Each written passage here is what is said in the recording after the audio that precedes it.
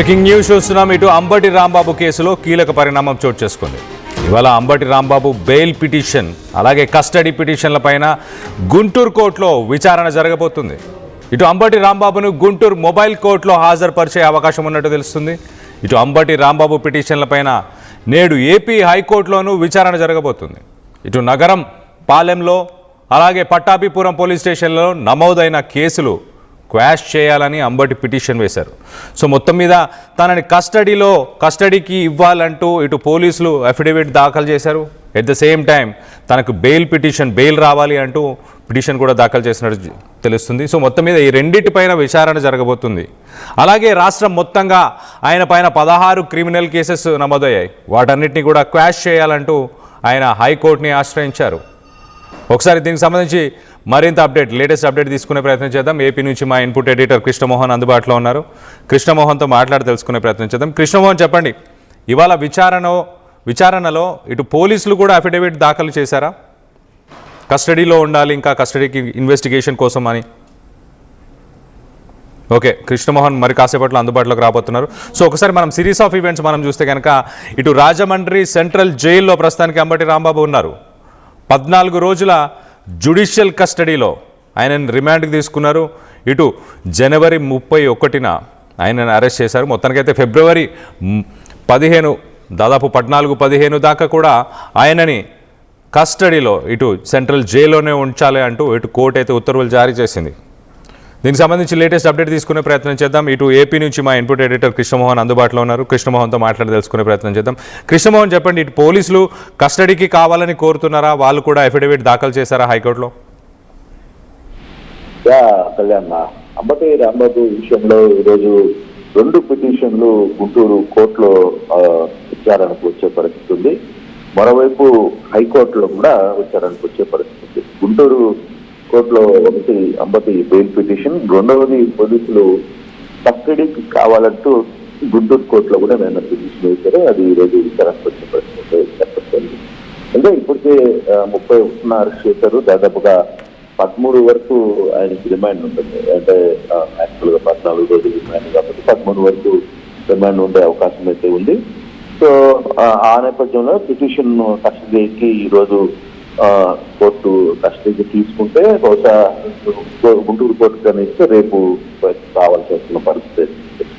At the same time Ambati రాంబాబుకి సంబంధించిన family members AP హైకోర్టులో కూడా విచారణ వేశారు. దీంట్లో హైకోర్టులో రాంబాబు పిటిషన్ పై రోజు హైకోర్టులో కూడా విచారణ ఉంది. ఒకటి నగరపాలెం అలాంటి పట్టాభి పోలీస్ స్టేషన్లలో నమోదైన కేసులు క్వాష్ చేయాలనేది అంబటి తరఫున పిటిషన్ వేశారు. అది వేసి కూడా శుక్రవారం వేశారు కాబట్టి అది సోమవారానికి వాయిదా పడింది. అంటే ఈ రోజు వాయిదా పడింది. ఈ రోజు హైకోర్టులో ఈ రాంబాబుకి బెయిల్ అండ్ ఏదైతే కేసులు ఉన్నాయో వాటిని క్వాష్ చేయాలనేది అంటే నగరపాలెం అలాగే పట్టాభిపురంలో దీని మీద దాదాపుగా కేసులు పెట్టారు. మొత్తం మీద ఇప్పటి వరకు 32 కేసులు ప్రధానంగా పెట్టిన పరిస్థితి అయితే ఉంది. వివిధ ప్రాంతాల్లో రాష్ట్రం మొత్తం మీద కూడా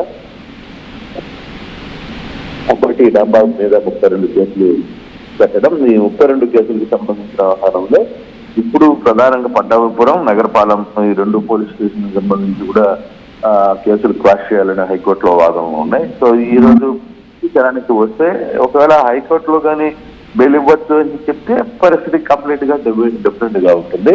తర్వాత క్వాష్లు చేసుకుంటారు, తర్వాత ఫాలో లేదు.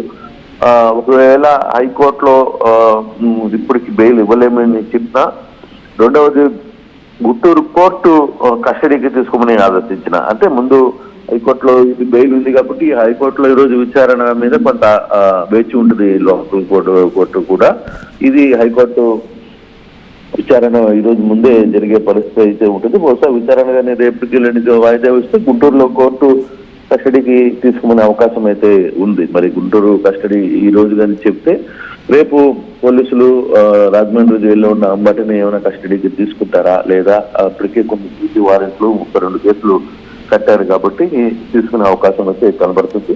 బట్ ఈరోజు గుంటూరులోను అలాగే విజయవాడలో అమరావతిలో ఉన్న హైకోర్టులోను వచ్చే ఫలితాలు అంటే వచ్చే విచారణ ఏ విధంగా ఉంటుంది, లేదు వాయిదాలా లేకపోతే దాని మీద ఏమైనా డెసిషన్ వస్తుందా కోర్టులో వచ్చే తీర్పులు బట్టి ఫర్దర్ యాక్షన్ అంబటే పరిస్థితిలో ఉంటుంది కళ్యాణ్.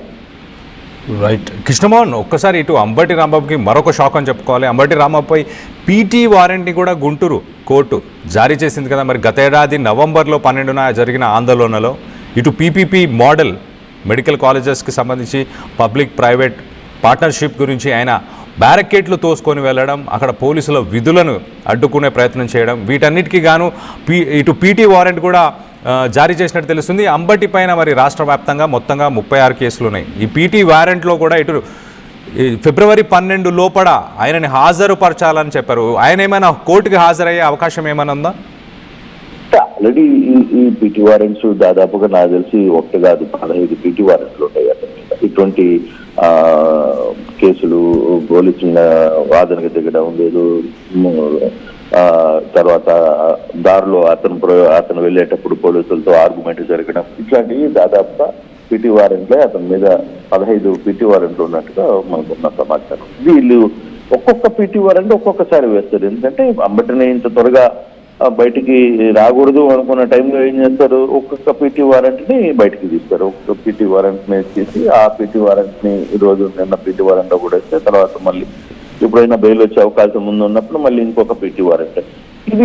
ఇది పోలీసులు యాజ్ యూజువల్ గా ట్యాకిల్ చేసే వ్యవహారమే. ఏదైనా ఈ గవర్నమెంట్ లో అయినా సరే అధికార పార్టీ ఆదేశాలను ఖచ్చితంగా పోలీసులు ఫాలో చేస్తుంటారు కాబట్టి ఆ దిశగానే ఇది పీటీ వారెంట్ల వ్యవహారం నడుస్తుంది. అయితే ఈరోజు గుంటూరు కస్టడీకి తీసుకుంటారా, హైకోర్టులో ఏదైనా బెయిల్ వచ్చే అవకాశం ఉందా, దాన్ని బట్టి చూడాలి. ఒకవేళ హైకోర్టులో కానీ బెయిల్ వచ్చే అవకాశం ఉంది అని అనుకుంటే సో ఈ పీటీ వారెంట్లు ఇవన్నీ కూడా తర్వాత వేసుకుంటారు కోర్టులోకి. బట్ ఇప్పుడు వాటికి హాజరు కావడమో లేకపోతే ఇటువంటి పరిస్థితి ఉంటుంది.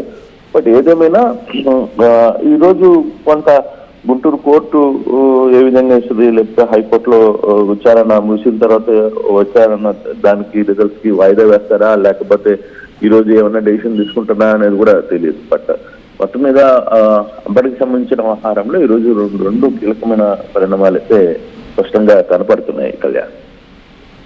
Right Krishnamohan, thanks for the latest update. మొత్తం మీద ఇటు అంబటి రాంబాబు 14 రోజుల జ్యుడిషియల్ కస్టడీ, ఇటు ఫిబ్రవరి 13 దాకా రాజమండ్రి సెంట్రల్ జైల్లో ఉండబోతున్నారు. మొత్తానికైతే దానికి సంబంధించి ఆయన ఇటు బెయిల్ గురించి ఇటు కోర్టుని ఆశ్రయించారు. మరి ఇవాళ గుంటూరులోని ఒక మొబైల్ కోర్టులో ఆయన హాజరుపరిచే అవకాశం ఉందా? 2 కేసులు ప్రస్తుతానికైతే వాదనకు రాబోతున్నాయి. ఇటు ఆయన బెయిల్ పిటిషన్, అలాగే ఎట్ ద సేమ్ టైం ఇటు పోలీసులు కస్టడీని కోరుతూ కూడా అఫిడవిట్ కూడా దాఖలు చేసినట్టు తెలుస్తుంది. ఈ రెండింటికి సంబంధించిన హీరింగ్ రాబోతుంది.